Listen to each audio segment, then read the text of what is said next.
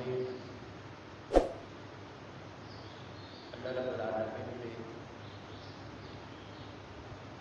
قرآن مجید فرقان حمید کے اندر ارشاد فرمایا قل هل يستوي الذين يعلمون والذين لا يعلمون۔ رب کریم نے ارشاد فرمایا کہ پیارے محبوب آپ یہ بات دنیا والوں سے کہو کہ کیا جاننے والے اور نہ جاننے والے کیا برابر ہو سکتے ہیں؟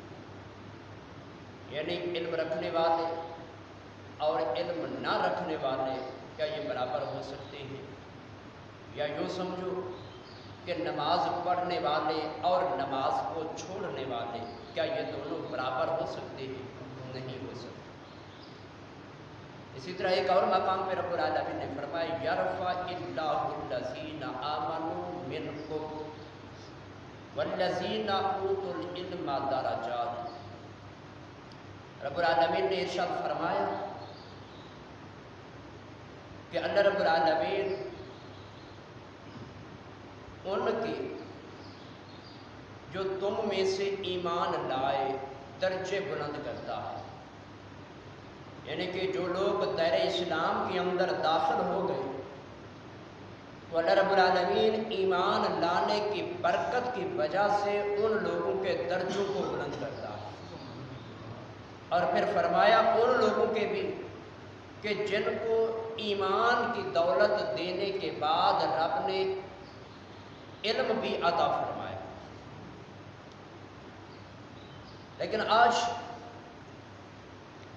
ہم نے علم سے مراد دنیاوی علم مراد لے لیا، جبکہ قرآن اور حدیث کے اندر جہاں کہیں بھی علم کا ذکر ہوا ہے وہاں قرآن و حدیث کے علم کا ذکر ہے۔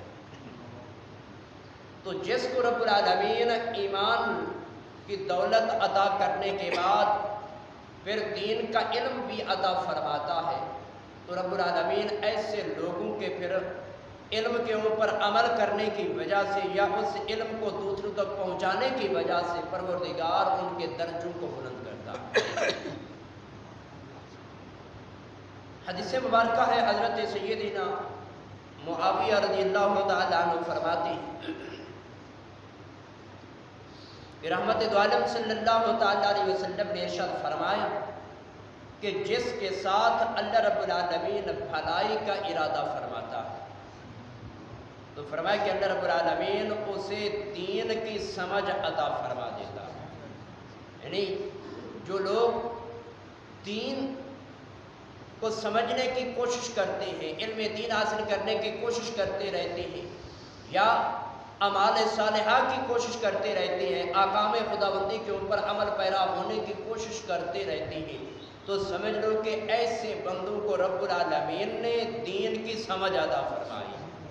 ان کے دلوں کے اندر رب العالمین نے علم دین ڈال دیا کہ جس کی وجہ سے وہ گناہوں کو چھوڑ کر نیکی کے راستے پہ چل پڑتے ہیں۔ تو ایک اور حدیث کے اندر حضرت عبداللہ ابن مسعود رضی اللہ تعالیٰ عنہ فرماتی ہیں کہ رحمت دو عالم علیہ السلام نے ارشاد فرمایا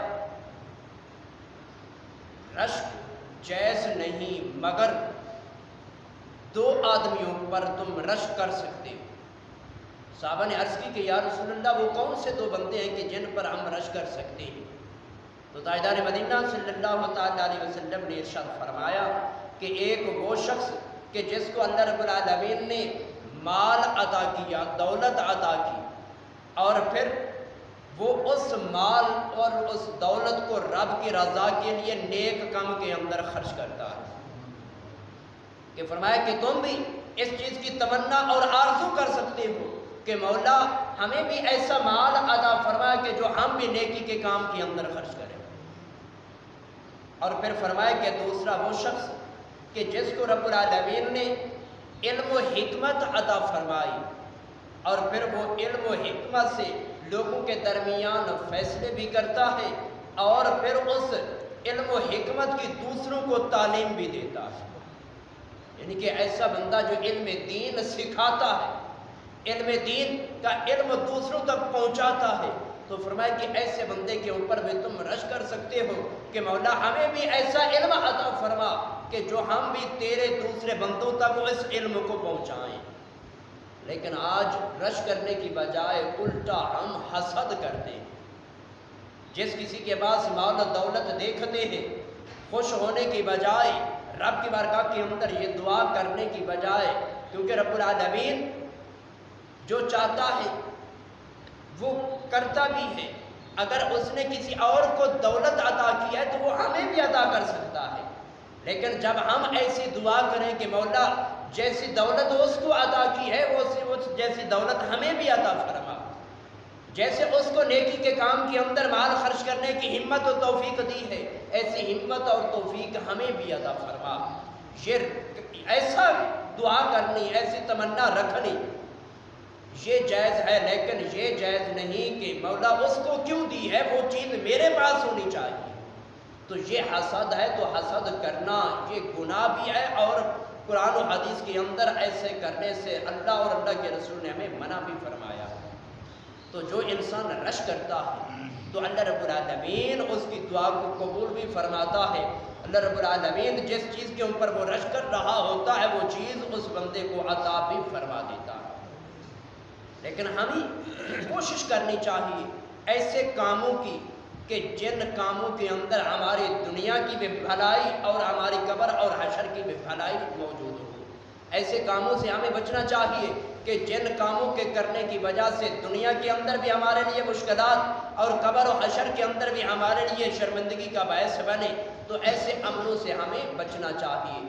جیسے نماز کو چھوڑنا، نماز کے لیے سستی کرنا، یا نماز کو کبھی پڑھنا کبھی چھوڑ دینا، یہ ہمارے لیے دنیا کے اندر بھی ذلت کا باعث ہے، قبر اور حشر کے اندر بھی ہمارے لیے رسوائی کا باعث ہے۔ تو ایسے عمل سے ہمیں بچنا چاہیے، نماز کو جماعت کے ساتھ پابندی سے ادا کرنے کی کوشش کرنی چاہیے، تاکہ رب العالمین نماز کی برکت سے ہمارے گھروں کے اندر بھی برکت عطا فرمائے۔